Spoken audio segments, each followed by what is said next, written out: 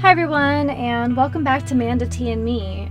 Today we continue our adventure in Scarlet Hollow. Last time, as you remember, we kind of were casually implicated in being responsible for a death that definitely was accidental, and we've learned a little bit about the mysterious, history of Scarlet Hollow. Does it do these strange creatures called ditchlings? Do they have anything to do with, the mine? The animals in the woods? We really don't know. So let's go ahead and get started.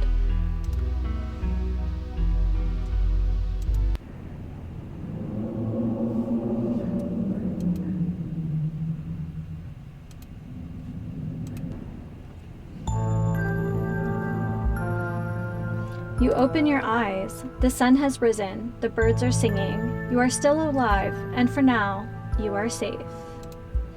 Your gaze wanders across the room to the window and the woods beyond. You wonder if the monsters are lurking there, right now, just beyond the trees, ready to pounce as soon as you leave the crumbling estate. A familiar unease settles into your gut, tangling into a knot of anxiety, wriggling as the events of the last night play out in your head. You can't help but remember Duke slumped against a tree, pieces of him scattered across the clearing. You're not sure if you'll ever feel okay again after what you've seen, but you can't stay in bed forever. Hunger pulls you from the clammy depths of the mattress. Ew, clammy mattress.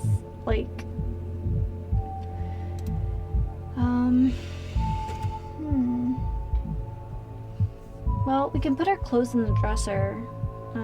We're allowed to do that. You never wound up putting your clothes away yesterday. Might as well get that out of the way before you start the day. Oh, possum! You drag your suitcase over to the dresser and open the bottom drawer, and a possum lurks within. It's quiet, but angry. Oh, pardon me! You gently close the drawer, leaving the marsupial in peace. This drawer belongs to the opossum, and there's nothing you can do about it. You open the top drawer next. It's empty, as good as a place as you'll find to put your clothes. Based on the state of the house, you wonder if you'd have better off keeping your clothes in your nice clean bag, but there's no going back now. Let's poke around the closet. I know we're not allowed to put stuff in there, but I'm kind of curious. After what you went through last night, the last thing you needed this morning was waking up to find that doll in your closet. Let's pick up the doll. You pick up the doll to examine it more closely. Its foot reads, "Property of Alexandra." There's no way you're taking this with you. You close the closet behind you. Let's look out the window. You creep towards the window, careful not to be seen by whatever might be lurking in the garden. For a second you thought you saw movement. It could have been an animal. It could have been something else. Whatever it was, it's gone now. Leave the window. Maybe you'll head out there and investigate after you've finished waking up. Let's text Stella. Kind of bummed we couldn't hang out last night, but, It's probably a good idea to check in with your new friend. You can't imagine she's holding up very well. Just hi, I think, all things considered. It might take her a minute to get back to you. In the meantime, let's get dressed and head down to the kitchen. Time to start your day. You're back in the kitchen. Frou-Frou eyes you from her favorite spot on the counter. Frou-Frou. I don't care if she's angry, she's cute. You're back in the kitchen. The cat eyes you from her favorite spot on the counter. Excuse me, ma'am, may I pet you?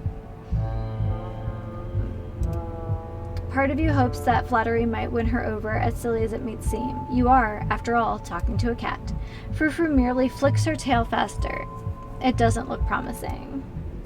Hey! Did you know the police called me this morning? You've been here only 1 day and you've already had a run-in with the cops.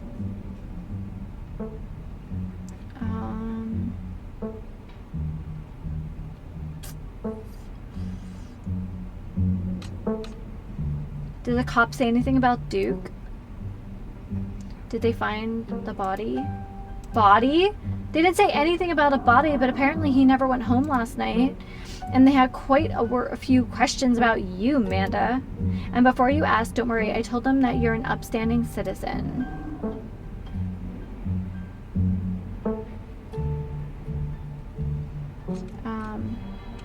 Thanks for having my back.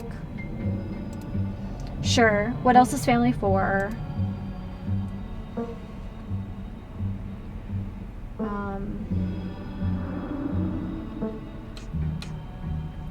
We were chased through the woods by monsters, and you're worried about cops.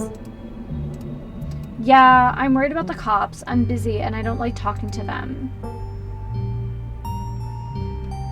So what's up with you and Stella? We just have a history, that's all. I don't need to explain myself to you.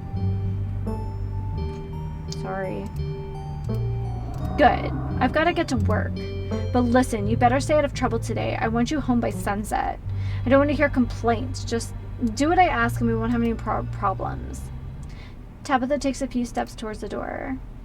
Sunset. Your cousin huffily exits the kitchen. Her footsteps fade down the hall, ending in the characteristic creak, then slam of the front door as it opens and closes behind her. Once again, you are the only human in the estate. A text from Stella. Lol, hey, I hope you got some sleep. I'm at the library if you want to join. I have scones. Scones? Say no more. And that's it. Time to start your day. But totally, let's investigate the garden first. Your eyes wander to the garden door. You shudder, remembering the brief glimpse of something you saw from your upstairs window. It was probably just a raccoon, but the uncertainty of what you saw gnaws at you and compels you to investigate, if only to prove it was nothing. At the very least, you don't see anything now. Investigate further. You wander farther into the garden, trying to pinpoint the spot where that thing had been lurking, if indeed there had been a thing to begin with. I don't know if anybody has ever played True Fear, the point-and-click adventure game, but this reminds me of the backyard a little bit at the sister's house. Like, there should just be a well. Let's take it all in. The garden is peaceful, but undeniably eerie. Here, more than anywhere else, you're surrounded by the ghost of what this place used to be. A greenhouse sits in the middle of the overwhelming greenery, unreachable from years of neglect. Its glass clouded and creaked. Statues reach out from within the seas of weeds as if begging to be rescued. And most strikingly, behind a pair of rusted metal gates at the very peak of the mountain sits a graveyard. You can just make out a few of the headstones and Scarlet name carved deep and proud into their faces. You notice what a good view someone would have of your window if they stood where you're standing right now. Let's check the grounds for clues. You crouch down, pushing aside the greenery to examine the soft earth. A boot print, a big boot print, and it looks like some kind of viscera? Your thoughts turn to the specter from the night before. You snap a quick photo just in case it comes in handy later. Text it to Stella for sure. You want multiple copies of this. Look what I found in the garden across from my window. No way that's Tabitha-sized. You head back inside. Time to figure out what to do with the rest of your day. Let's head to town. You walk back to town your walk back to town is much less pleasant today than it was yesterday, when you didn't yet know the woods were full of monsters and strange men who know your name. You stare anxiously into the darkness between the trees, searching for any signs of movement. But the woods are still, at least for now. Let's continue down the path. The autumn-tinged mountains, sprawling for miles in every direction, now feel less like beautiful scenery and more like the walls of a cage. Your phone buzzes in your pocket. Geez, that's creepy. All the more reason to come to the library. Look who I found at the library. She said she was up all night thinking about the video, adding you to group text. I'm only here because it's quieter than the store, or was, LOL, and I'm trying to figure out what animal that could be. I don't buy into this harbinger of doom stuff. We know what animals they are. They're ditchlings, and they are harbingers of doom. Sounds like they're having fun.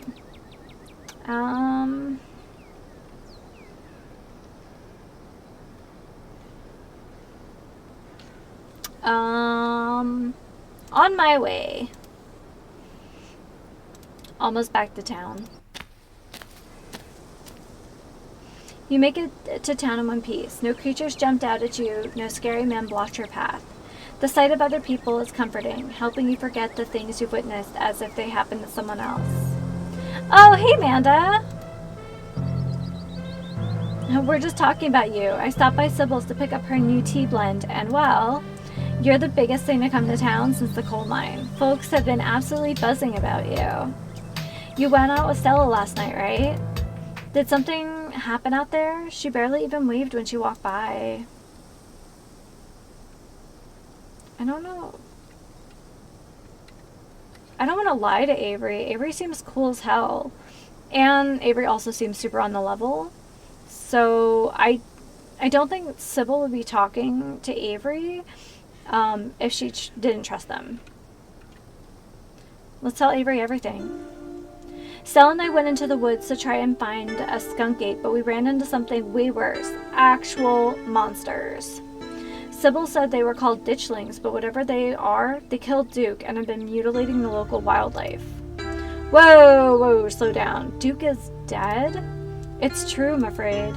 That's awful. Has anybody told Beau? Yes, he's taking it as well as you can imagine. I'll be going up to check on him today. The poor lad. I can't believe you had to see that, Amanda. Tell you what, I'm on a break for the next half hour. How about you swing by the diner? Winnie can fix you some of Sybil's new blend and try to calm your nerves. It's chaga and lemon balm. It's always helped me on the bad days. And if you need to talk about what happened, I'm all ears. Anyway, it's up to you. See you around, Amanda. See you, Sybil. Take care now, Avery. I better... Confidants? Okay. I better get back to it myself. I'm glad I was able to catch you this morning, if only to see how you're holding up. Please don't hesitate to stop by if I can be of any help.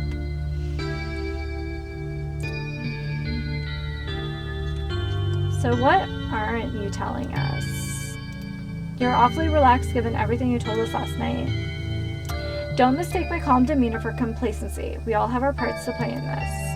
I've shared what I know about the ditchlings, and I trust that you and Stella have what it takes to get to the bottom of things. I'm so sorry to cut our conversation short, but I've got things that need tending to. Stay safe, Amanda, and God bless. I don't know. I feel like there was like a lore to this town that's like, yeah, a little heftier than she's letting on. You probably have a bit of time before you're needed at the library. Let's swing by the diner. I get a good vibe from Avery. I hope I'm not wrong about that.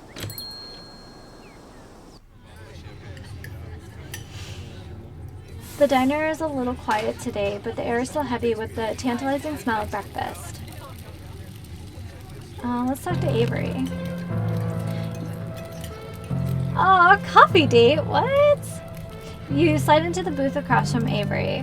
Hey there, stranger. Before you can exchange words, Winnie sidles up a fresh mug of tea in hand. Heard you might need this. The answer to 29 down is oink, by the way. What? But the clue is pen sound. How is that a sound a pen makes?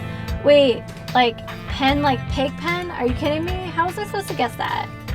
I don't know why you even bother with those things. They're just gonna frustrate you. It's just something to do to fill the time, but maybe I should switch to Sudoku.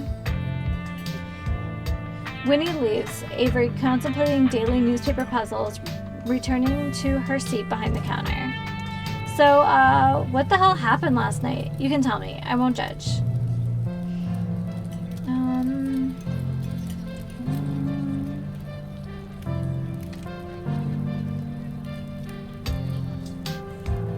I'm gonna try the tea first. You hesitantly take a sip of your tea. It tastes like you're drinking mold that someone tried to unsuccessfully spruce up with lemon balm. Aww. It tastes healthy. Take another sip. The flavor is strong and slightly unpleasant, but something that tastes this bad must be good for you.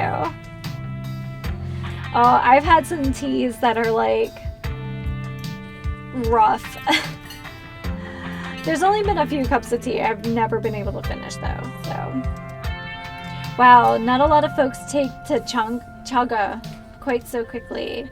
It's a fungus that grows on birch trees around here, supposedly super healthy and makes for a challenging drink. So it is mold, and I guess it is healthy. Color me impressed. So what if you don't believe me? I could tell you about last night, but what if you don't believe me? I'm not here to judge. I'm here to listen. So let's tell Avery about last night. I don't understand the flirt thing. Like, we're in town for a funeral. We have this really weird relationship with our cousin. I don't know. It just doesn't feel natural. Alright, so I'm going to tell Avery about last night. You spilled the beans. Glad to have someone to talk to about the horrors you've witnessed. Wow, that's some heavy stuff. No wonder Stella seemed distant. Monsters in the woods. I may not have lived here long, but I've never heard of anything like that happening around these parts. I can't say I like the thought of it. Now that I think about it, when the cops came in for their morning coffee, they mentioned something about going out to the woods to look for someone. It must have been Duke. They seemed so disconnected from it. I feared it couldn't be very serious, but wow.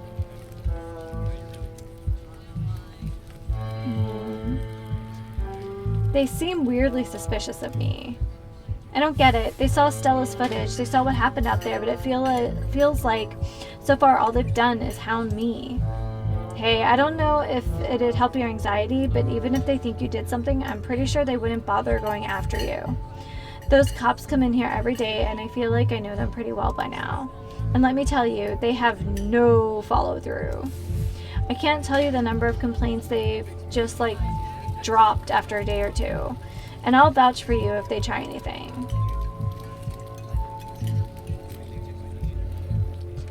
I hadn't pegged you for a transplant. Where are you from?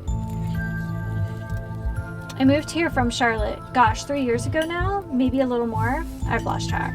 Aunt Winnie offered me a place to stay and a job, and who was I to pass on that sort of generosity? To be honest, it still feels like I just moved in. Practically everyone apart from the Cole folk grew up in this town, so it's like I'm the perpetual new kid. Don't get me wrong, folks here are plenty polite and friendly, but there's a shared history I'll never be a part of.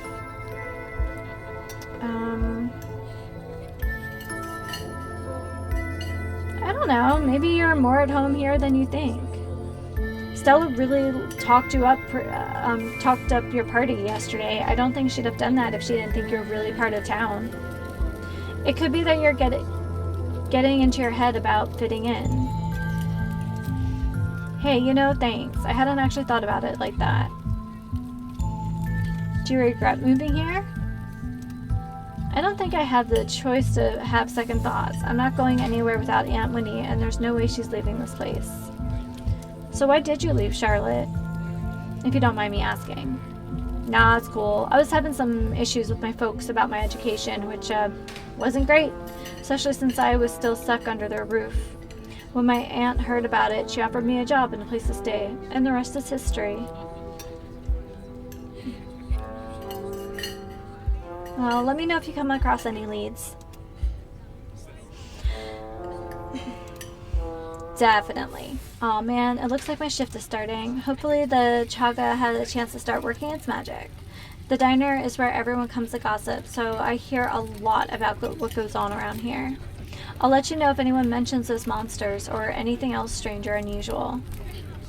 Avery slips out of the booth, giving a friendly half wave before disappearing into the back. You leave the diner, ready to continue your day.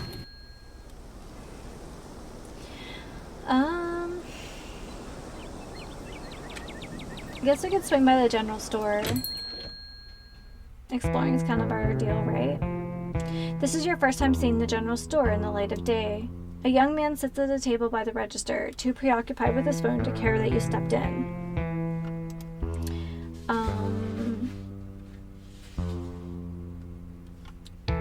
Hi, I'm Amanda. I just got to town yesterday. Yeah, I know. Mom told me. If I wanted to buy chips or something, do I talk to you, or... He sighs. I guess, yeah. Kanika decided to skip work today, of course, so whatever plans I had didn't matter. Just take the chips, I don't care.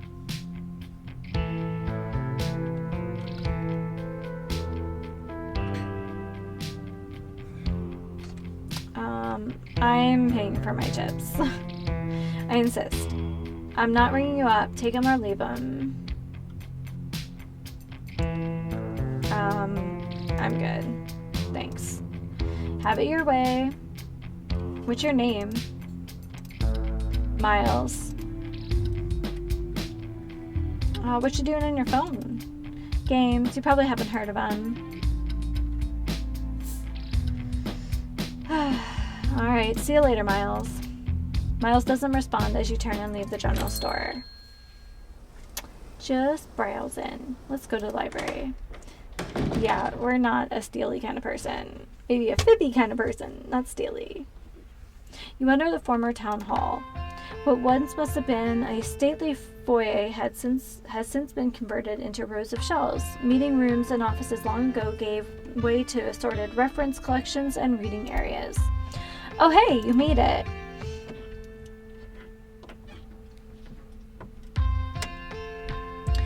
Settle in with Stella and Kanika.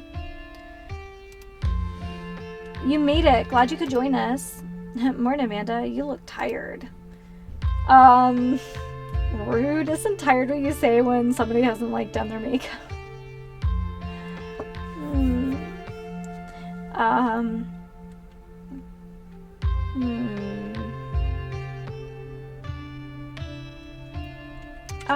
You know what? Like, let's not be that person. Let's not be all, like, doom and gloom, like, we're new and we don't... I don't know. Anyway, let's be the funny person, because funny person, I don't know, the funny person gets invited to things and people want to hang out with the funny person. I'm pretty amped up, actually. I've never done a Scooby-Doo before. Some creepy old guy with a real estate scheme and a bad costume is at least a little more believable than monsters and curses. See? It goes over so much better than being like the Eeyore. All we need now is for Gretchen to start talking. Anyway, I guess we should just get started. Oh, Gretchen. She's so cute. Oh, before I forget, we gotta talk about that photo you sent me this morning. Kanika, check this out. Amanda found it in Tabby's garden this morning, right in line of sight of her room. What in that world is that liquid around it? It looks like pus.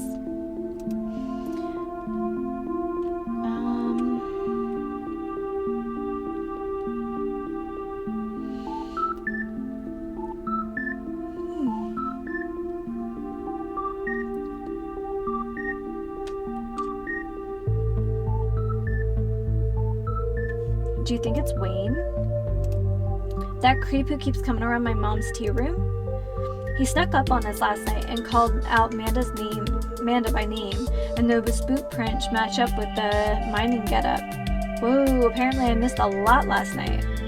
I wonder if there's any connection between that guy and what happened in the woods last night. Like what? I mean, I don't have anything specific, but we do have the whole prophecy of impending doom angle to explore, and this photo is weird. I can't stop thinking about those splatters on the ground. If he's sick, maybe it's from the creatures you encountered. Hey there, strangers! And literal stranger. I'll just introduce myself. Hey, I'm Amanda, Tabitha's cousin. I'm in town for the funeral. Oh, I should have known you were Scarlet. You look so much like Vivian. Not that I knew her very well. I was still a little kid when she left. But that Scarlet resemblance, it's strong. Look at the look on Gretchen's face. She's like, ugh, this is awkward. I'm Oscar Gutierrez. chief librarian, and only a librarian. Oscar's amazing. He practically built the library from scratch. Yes, I'm a little jealous of what the kids around here get to grow up with. They don't know how good they have it. Back when I was in elementary school, all the library had was a couple shelves of boring books donated by old people. Y'all too kind, but speaking of kids, have either of you seen Rosalina today around town? I don't want to be a helicopter dad, but she didn't come home last night, and I want to make sure she isn't getting into trouble out there. You know the crowd she hangs out with. They're good kids at heart. I'm sure they're just up at the Old Maxwell Place doing teen stuff. I went up there plenty of times in my day, but I'll be sure to keep my eyes peeled. What's the Old Maxwell Place? It's this great old abandoned spot. We used to hang out there when we were teens. I can't believe I used to be so reckless. The floors there were like Swiss cheese. I really should have a talk with Rosalina when she gets home.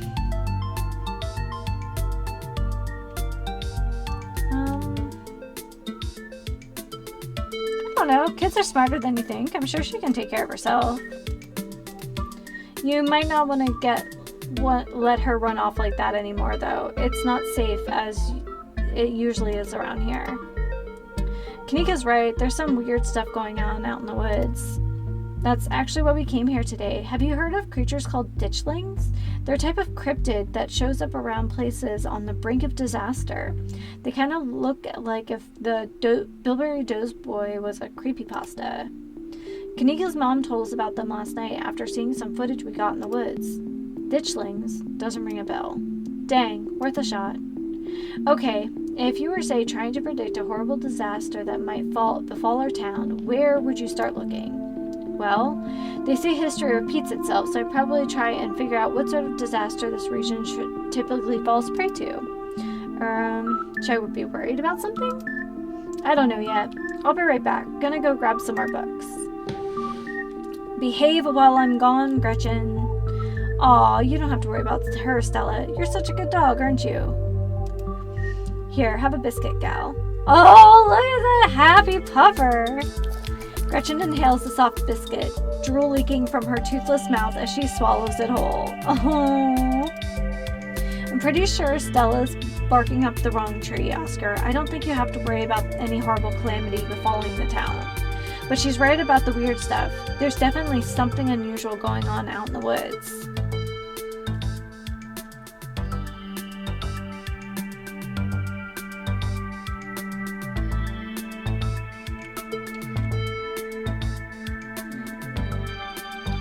Whatever's out in the woods has been brutalizing the local wildlife.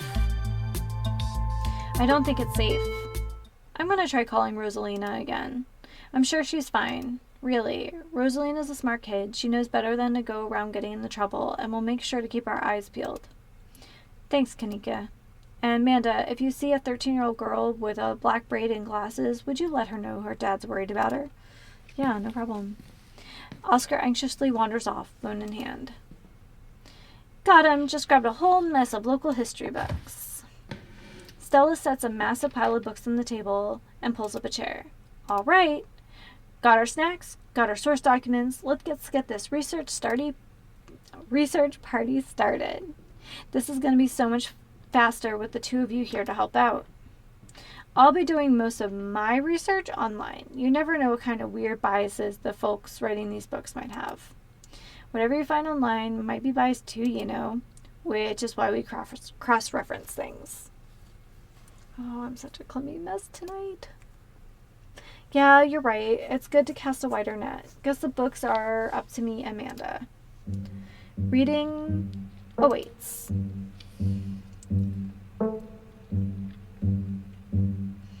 So we have some books to pick from here.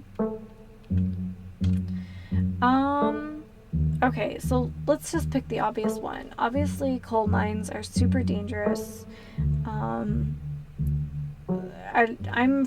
I grew up back east, and anyone who's been to the mid-Atlantic, or anybody who's like into SCPs or creepypastas are probably pretty familiar with the Pennsylvania town of Centralia, where like a coal mine caught on fire and has literally been burning for decades. Like, it just keeps growing larger, and people like are insistent on trying to still live there. People who, you know, have had houses there, and like literally people's basements catch on fire and they get swallowed. It's crazy. So yeah, not a little skeptical of coal mines, not gonna lie.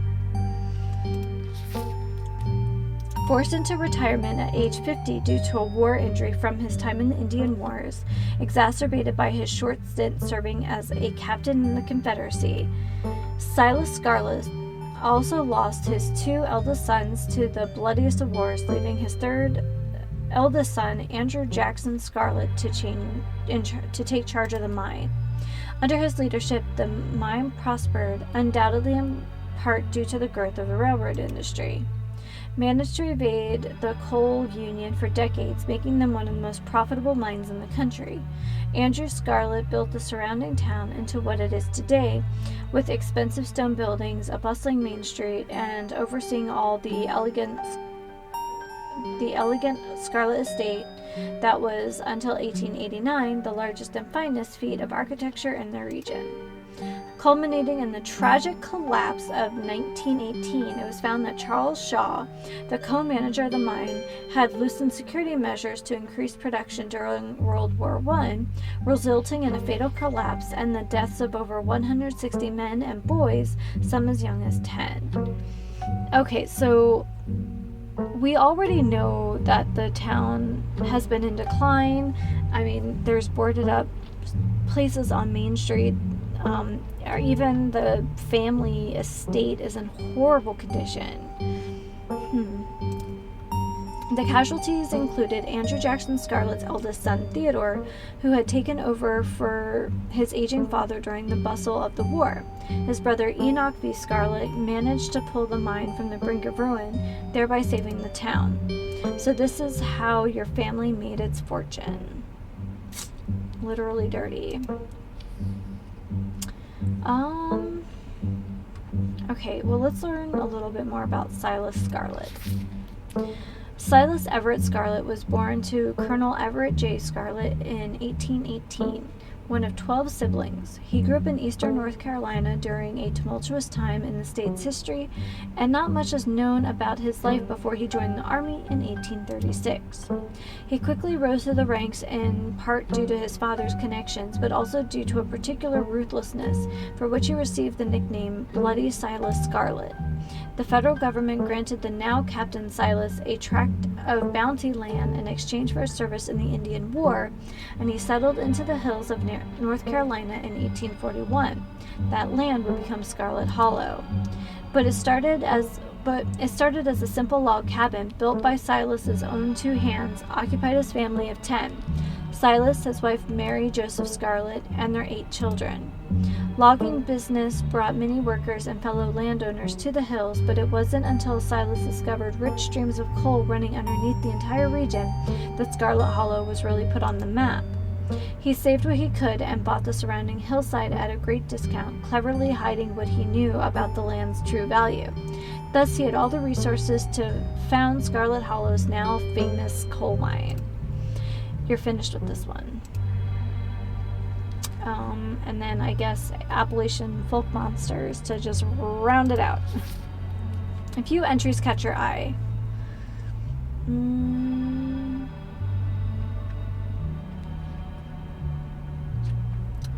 Well, let's start with Tommyknockers. Enigmatic cave-dwelling creatures primarily known for causing mischief. Tommyknockers originated in Cornish mythology, spreading to the United States when Cornish immigrants began working in Appalachian mines. They're named for the knocking that can be heard from seemingly within the walls before a cave-in. According to some, the knocking serves as a benevolent warning. Others believe that the creatures take stolen hammers to the supports of the mines and collapse them on whoever is unfortunate enough to still be inside. They are traditionally thought to be impish, leprechaun-like beings, but some claim they are the spirits of dead miners, forever cursed to haunt their final resting place. I guess we should peer through the rest of these. Wampus Cat. Often linked to Cherokee legend, some cite the Wampus Cat as originating with the story of a woman who sought vengeance against a monstrous cat demon for driving her husband mad. She hunted it down by wearing a bobcat mask, tricked it into using its own vile magic on itself, freeing the people of the region from its evil. Others say the creature comes from the story of a woman who wore the pelt of a wild cat to witness forbidden hunting rites. The hunters of her village gathered to perform the rites, and she watched in secret from underneath the cat's pelt, but was soon discovered. For in her indiscretion, she was fused with the pelt and transformed into a creature that was neither human nor cat, forced to wander the wilderness alone, feared by all. Her calls are those of great sadness and serve as a warning to anyone who dares go against tradition. I guess the Talipo? There was a hunter who lived in a tiny cabin in the middle of the woods, all alone with his hunting dog. One night, after a particularly bad week of hunting, both their stomachs empty, the hunter spied something out of the corner of his eye. Some small creature had gotten into the cabin through a hole, and before he could even figure out what it was, he'd drawn his gun and fired at the thing, his hunger guiding his actions. But it was quick and ran back through its hidey hole and out of sight, leaving only its long black tail shot off by the hunter's rifle. "Guess this'll have to do," he said to his dog, and threw the tail in a pot to cook a soup. He and his dog ate well that night, the tail filling them up both up. The hunter crawled into bed satisfied, and his dog curled up at his feet. He woke up to the sound of long nails scraping across the wood. His dog was nowhere in sight, only a rumpled spot on the covers where he had been, and in the gloom he saw two big yellow eyes staring right at him. I want my Talipo," a high, hoarse voice croaked from the darkness. "Go away," he screamed at the thing. But it stepped closer to him, still shrouded in darkness, the sound of long claws dragging across the hardwood accompanying its movements. "I want my Talipo," the creature growled again. "I'll get my dog after you," the hunter squeaked, his voice catching in his throat with fear, but there was no dog to be seen. "I want my Talipo!" Before the hunter could so much as scream, the creature leapt from the darkness, long claws stretched out towards the hunter. No one is sure what the creature did to him that night, but the next morning all that remained of the hunter, his dog, and his cabin was a chimney standing alone in the woods. Alright, I guess I'm done reading. He closed the book and put it back. I think I'm done. Let's check in. Alright, if we're going with what Kanika's mom told us last night, I think we can rule out any natural disasters as what brought the ditchlings here, but not nuclear incidents. Looks like our state has a history with those. What about y'all? Find anything? Aw, that is a handsome black cat. Before you can respond, a handsome black cat leaps onto the table. Stella quickly slams her book shut. Aw, hey Pixel. You might want to close your book. He loves to rip up any paper he can find. Don't worry, little guy. I can't forget your treats. Pixel immediately goes to town on Stella's treats. Sorry if Pixel's bothering y'all. Hopefully he hasn't gobbled up any of our books. He can't stand the thought that people might pay attention to anything that isn't him.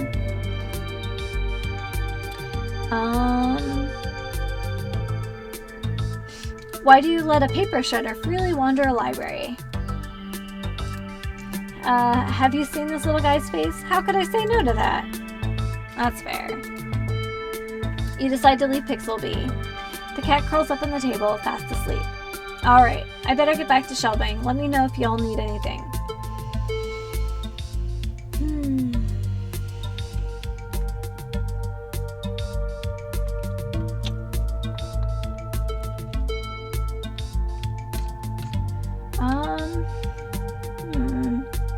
Okay, Stella, what was you were saying about nuclear incidents? You were talking about the Goldsboro thing, right? Huh, yeah, apparently in the 60s, B-52 carrying a live warhead broke up mid-air and dropped a couple of bombs. Fascinating bit of history there. The first of the two bombs landed upright after its chute got caught in a tree. Thankfully, it didn't go off. At the time, the government claimed the bomb was unarmed, but it later came out that the only thing preventing a detonation was a single electrical switch, which failed to trigger on descent. Oh my god. And 60 years later, the second bomb still hasn't been recovered. Right, it's conventional explosive disintegrated in midair, but most of the nuclear material was made unrecoverable by flooding. Excuse me. If I remember correctly, they just buried it and sealed it up.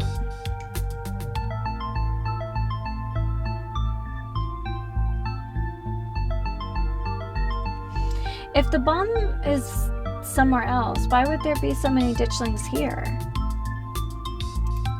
Yeah, Goldsboro is almost 400 miles from here. Not that we should be looking too hard at the disaster angle. Whatever these creatures are, they're biological.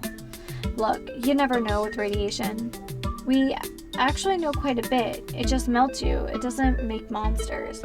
And a 60-year-old bomb isn't going to explode on its own hundreds of miles away and kill us here. You never know. There could always be a whole underground society of bomb-worshipping mutants just waiting to blow up. I've missed this.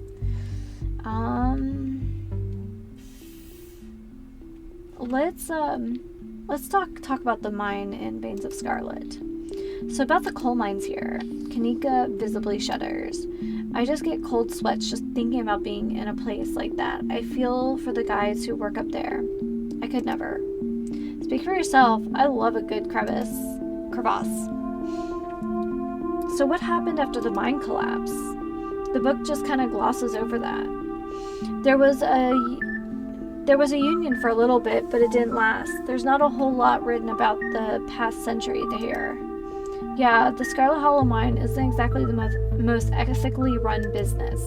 No offense or anything, I'm sure Tabby runs the mines better than Charles Shaw did. Still hasn't let the union in, though. There's a reason she and I don't talk. A union-busting mine collapse from poor working conditions? Color me shocked. Yeah, it's pretty awful. That's what the sculpture out front is for, commemorating all the men and children who died that day. Every kid in Scarlet Hollow learns about the collapse of 1918. Our teachers love to emphasize how many children they had working down there, probably to try and show us how good we have it or whatever. Low bar, if you ask me. You know, that could be what the ditchlings are warning us about, another collapse. Writing it down on the list of potential disasters. Yeah, Stella, that's morbid, and besides, it was all Charles Shaw's fault. The labor market is way more strict now, and there's no way you could get away with the kind of safety cutbacks he pulled. Y'all don't exactly think the mine is about to collapse, right? No, I don't think so. Whew, had me worried there for a second. I hate to give Tabby any credit, but the mine is safer now than it was back then. Still, what a horrible thought. You never know.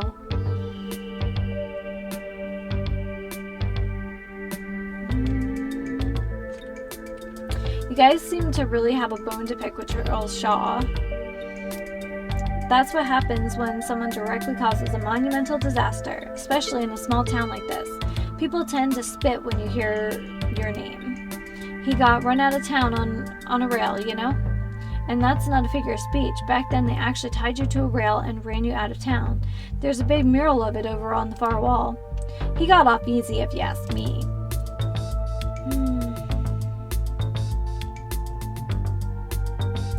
What if there's something toxic in the mine that's poisoning the town? Wayne seems sick. Honestly, that sounds like one of the most plausible explanations we've had so far. What about the ditchlings? I don't know, maybe there's some sort of parasite down in the mines. Maybe it infected Wayne, and maybe Wayne infected the local wildlife. That could work.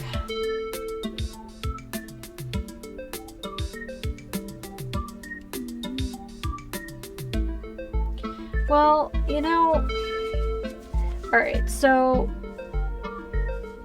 we still have some research to do, but we should try to be helpful and see if we could find Rosalina. Why don't we just help look for Rosalina? If there's a missing kid in town, that's probably way more important than whatever we'd be doing. Oh, I'd appreciate that offer, Amanda, but I don't think she's missing so much as going through a bit of a rebellious phase. I don't even know where we'd look aside from the Old Maxwell Place. What do teens even do these days? You don't have to worry about checking up on her. I'm going there myself once I finish shelving. Just let me know if you run into her while you're out. There's an awful lot of mine-related stuff in my notes. Maybe that should be our next stop. We can poke around, find out if anyone's seen anything weird. Just to clarify, you're suggesting we go to question some of the miners, right? We're not poking around unprepared in the actual mines, right? Right? Yeah, totally, 100%. I would never. We don't even have a good reason to go down there. Good, let's keep it that way. You know how I feel about mines. I promise, Neeks, we're just going to question some of the miners. And if that questioning gives us a reason to poke around, say a cool abandoned mine, then we'll cross that bridge when we come to it. You can cross that bridge when we come to it. I'm not going underground.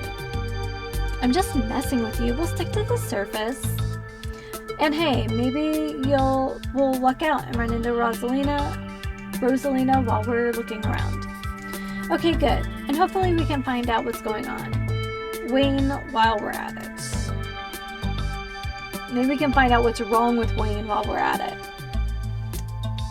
Talking.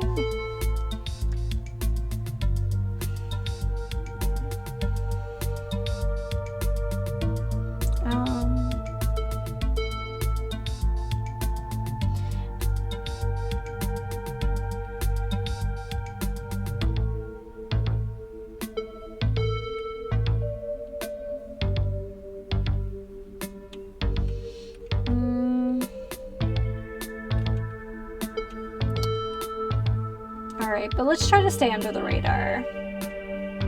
I'm already in hot water with Tabitha as is. That sounds like a good idea.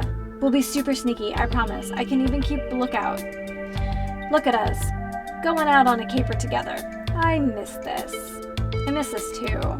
I mean, sure, it's not under the best circumstances, but I've been so wrapped up in running the store, I didn't realize how much I missed being able to hang out with you. Though there is something missing. Reese! I've really missed that dude. I can't believe how long it's been since we've seen each other. Have you seen him lately? Nope. I've tried to plan stuff, but he's been too sick. I didn't realize it was getting so bad. That poor guy. You know, we could just pop over and surprise him. He seemed excited to meet Manda. Maybe we'll finally get him to leave his little cave. Hell yeah, let's do it. Alright, let's roll out. See ya, Oscar. We'll let you know if we run into Rosalina. Thanks, guys. I'll keep it posted. Reese's home stands at the edge of the forest wall, an isolated buffer cushioning the rest of the town from an unending wilderness. It's a pretty modern-looking home. Reese, it's Stella. I brought some buddies, too. Shh, not so loud. He's still sleeping. Can I help you with something? The woman in the doorway stares directly into your eyes. You can practically feel her simmering irritation washing over you. Hi, Dr. Kelly. We're wondering if it was okay if Reese could come hang out. Nothing strenuous, we promise. I'm not going to wake him up. If he's sleeping, he probably needs it. Whatever you two have planned is probably beyond what he can manage right now. Anyways. Oh no, poor Reese. It's just been so long since either of us have gotten the chance to hang out with him. I'm sure he and Amanda would get along super well too.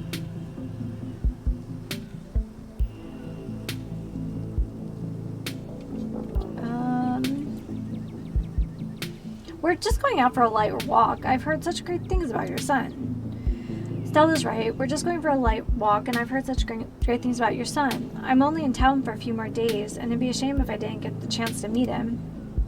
Dr. Kelly looks you up and down and sighs. All right, you win. He's usually feeling his best around mid-afternoon. Why don't you come over tomorrow? We can have some supper, and y'all can hang out for a bit. I don't promise that he'll be perky, but I'm sure it'll brighten his spirits to see you two again. I'm sure he'll be happy to meet you too, Amanda. That would be great. I can bring a side dish. Maybe deviled eggs? Does he still eat those? No, eggs are a little much for him. They don't settle well. You can leave the cooking to me. I know what he can handle. Okay, I'll bring a soda then. That's not... Okay, yes, fine. You can bring the soda. Nothing with caffeine. Ginger ale preferably. Oh, and leave the dog at home. She might cheer him up, you know. They have those therapy dogs in hospital. No dogs. Thanks so much, Dr. Kelly. We'll stop bothering you now. See you later. Dr. Kelly nods in acknowledgement and quickly shuts the door. The sound of several locks clicking in the place can be heard from within. God, that woman makes me so nervous. I remember she used to be so nice and carefree when we were kids. She always had the best stickers when we had to get our shots. Maybe she's just stressed out about Reese. Or maybe she's just nice to kids. Either way, I guess it's just the three of us. You gonna drive? Yeah, sorry. I don't like the thought of going up there without the van. Cool. I'll take my shortcut then. It shouldn't take long for me to get there. You're welcome to tag along, Manda. Don't worry. I won't be offended if you rather ride with Kanika. I'm sure you're probably sick of the woods. Either way, works for me. Let's ride with Kanika. It'll be an opportunity to, get to know her one-on-one. I'll ride with Kanika. See you at the mines. Mystery Machine. Kanika is a careful driver, but her old van still bumps around on the mountain roads. Thanks for indulging us on that little diversion. Reese's mom can be a lot, but I'm glad we have solid plans for tomorrow. Stella and I haven't really seen much of him in the last few years. That sort of isolation can't be good for his health, no matter what his mom says. What is actually going on with Reese? Good question. I wish I knew. His mom's been saying he's sick for years, and it's not like she's wrong about it. He's been a wreck the few times I've seen him. I just find it a little weird that his mom hasn't brought in any outside doctors, at least not any I'm aware of. I mean, she's a doctor, but if your kid's been housebound for this many years, you think that it was something you put a lot more effort into fixing. I don't know. I'm probably just projecting or something. That's actually really suspicious. That's rough. Yep.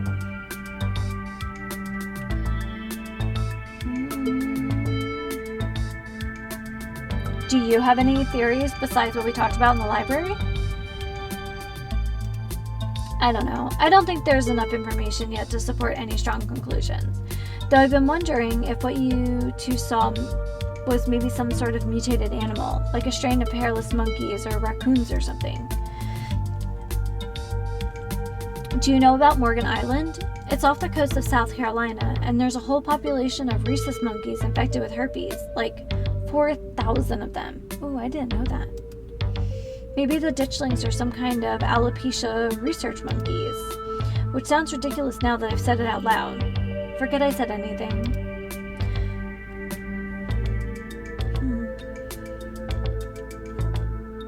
I was not going to say anything.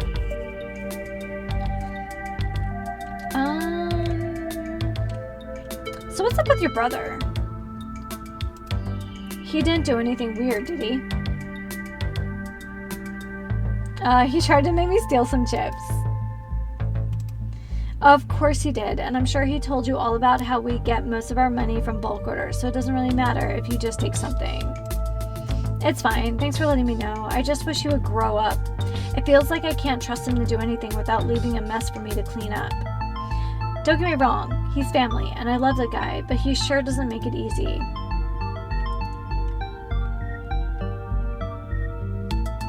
I'm just gonna be chill. Everything else seems kinda... no. You and Kanika sit in comfortable silence for the last few minutes of the ride. I feel like the question about Stella and cars is like a question for Stella. I don't want to be nosy like that. It just makes us look not okay. You and Kanika arrive in the mines before Stella. Stella's probably going to be another couple of minutes. Hey y'all, how was the ride? Ugh, I'm gonna put Gretchen down for a sec. Did you run here? Yep, felt like getting a run in. I didn't want to keep y'all waiting. You didn't run into any of those creatures, did you? Nope. Excuse me. That makes sense. They're probably nocturnal. I don't know if I should feel relieved or disappointed. But we're all here. What's the plan? I guess we just talk to people? I guess so. I should probably be on lookout duty. I'm a bit of a person non grata in the mines. Tabitha? Yeah, I've tried sneaking in to talk to her a time or two, Minnie, and Gretchen makes it extra hard to be sneaky. We're probably less likely to get caught if only one of us is snooping around down there.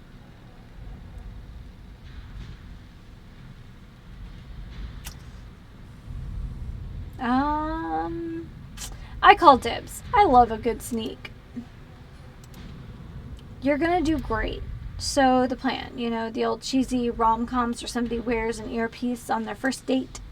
Whoa, do you have some kind of surveillance set up in the back of your van? That I didn't know about? What? No. I have a pair of earbuds with a really good mic. We can just do a group call. Kanika hands you a pair of earbuds. We can feature questions if you get stuck, and Stella can give you a heads up if Tabitha's headed your way. Dang, I've missed doing this sort of thing with you. You're so thorough. Aw, thanks. I've missed it too.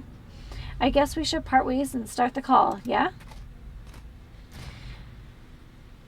Stella and Kanika break off, leaving you alone at the entrance of the mines. Your phone buzzes. Hey, can you hear us? Try saying something. Something. Stella and Kanika chuckle on the other end of the line. Alright, cool. Nothing to do now but enter the worksite. You pass through the unlocked fence and enter the property of Scarlet Hollow Mine. Okay, guys, so that was a huge chunk of information that we just took in today. So I think that's a good place to leave it for today. And we'll pick up with the rest of Chapter 2 next time. If you are enjoying this series, please don't forget to like, comment, and subscribe down below. And as always, happy sipping.